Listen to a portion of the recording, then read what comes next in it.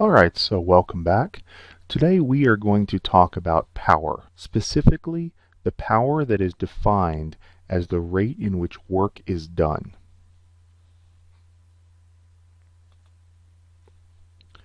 So power, average power, is work divided by time, which simply means the energy transformed divided by time.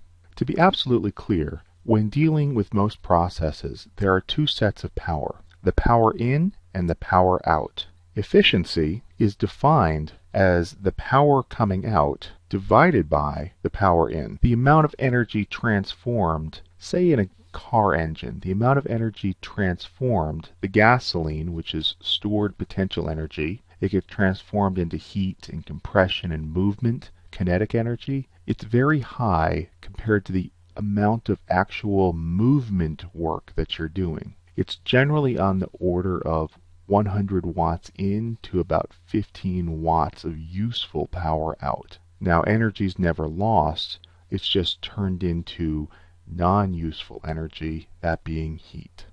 Alright, these are pretty simple concepts, so it's a very short concept section.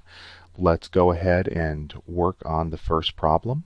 So for the first problem, a 60-kilo jogger runs up a long flight of stairs in 4 seconds. The vertical height of the stairs is 4.5 meters, and assuming there's no force required to translate in the horizontal direction, how much power was output? How much energy was required for this? So for the power question, remember power is going to equal work in time. Now the work here, we're just simply going in a vertical direction. There's no force in the horizontal direction. If there's no force, there can be no work. So work is just going to be mass, gravity, y direction, mass, gravity, height divided by time. Throwing some numbers in that, we've got 60 kilos, we multiplied by 9.8 meters per second squared times a 4.5 meters, all divided by our time, which was 4.0 seconds. And I get a solution of 660 watts. Okay, so for the second part, how much energy was required? Well, energy is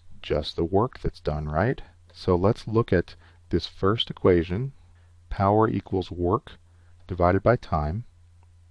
Let's go ahead and have you solve for work, plug in the numbers that we already have, and see what you get.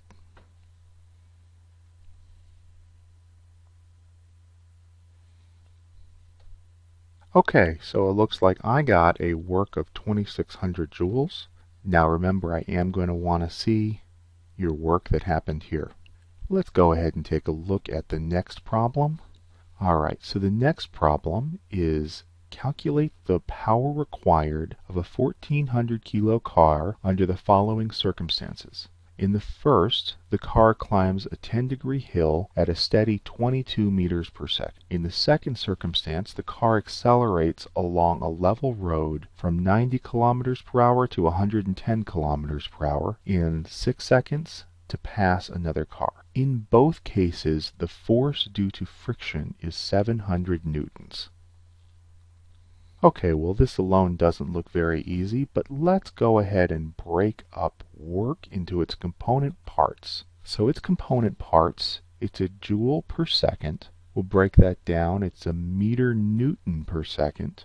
If I wanted to break it all the way down, we're going to end up with a kilogram meter squared per second cube. Or I can call that a newton, a force, times a velocity. That might make things a little bit easier here. Okay, so let's break this thing down into what we actually need and what we have. So what we need is the work of a 1400 kilogram car climbing up a 10-degree hill at a steady 22 meters per second. Friction is 700 newtons. Okay, let's do a quick free body diagram. We've got my hill. That is a heck of a lot larger than 10 degrees, but it will serve. We've got our car. We've got some force pushing it up the hill, hopefully the engine. We have natural force. We have the force of gravity. And we have the force pulling it down the hill, which would be friction. And also remember that the force of gravity is broken into two components, one going down the hill, one going into the hill. So the sum of the forces in X are going to equal the the force going up the hill minus the force due to friction minus the component due to gravity. All of that equaling to mass times acceleration. Now remember here we're at a steady 22 meters per second, so this ends up being 0. There's no acceleration. So our force up has got to equal mass gravity sine of 10 degrees plus the force of friction, which would equal 1400 kilograms times a 9.8 meters per second squared times a 0.174, that's a sine of 10 degrees, plus the 700 newtons that we were given to begin with. Now that is going to equal about 3087 newtons or 3100 newtons. So the power, being force times velocity, is going to equal our 3087 newtons times a velocity of 22 meters per second to give us a total of approximately 68,000 watts. So for the second part, we are being asked what is the work of the same 1400 kilogram car. Now it's accelerating along a level road, no more hill, from 25 meters per second to 30.6 meters per second in 6 seconds. Friction is 700 newtons. Alright, let's remember that our acceleration has got to equal the change in velocity divided by the change in time. In this case, the change in velocity, it is going from 30.6 meters per second minus a 25.0 meters per second divided by 6 seconds. And we're getting a total of 0.93 meters per second.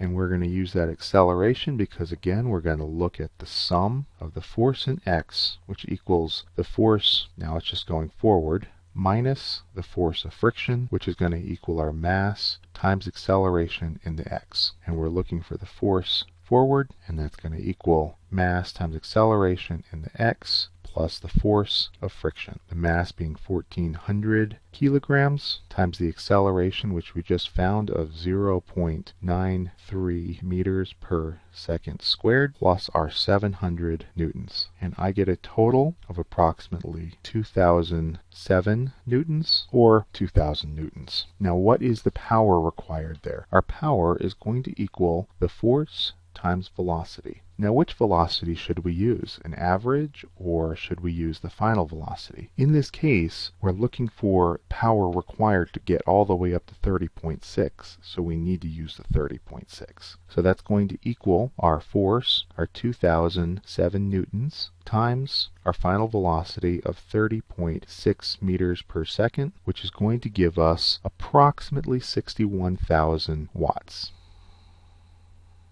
Okay, so thank you for watching, and don't forget the rest of the assignment on As You Learn.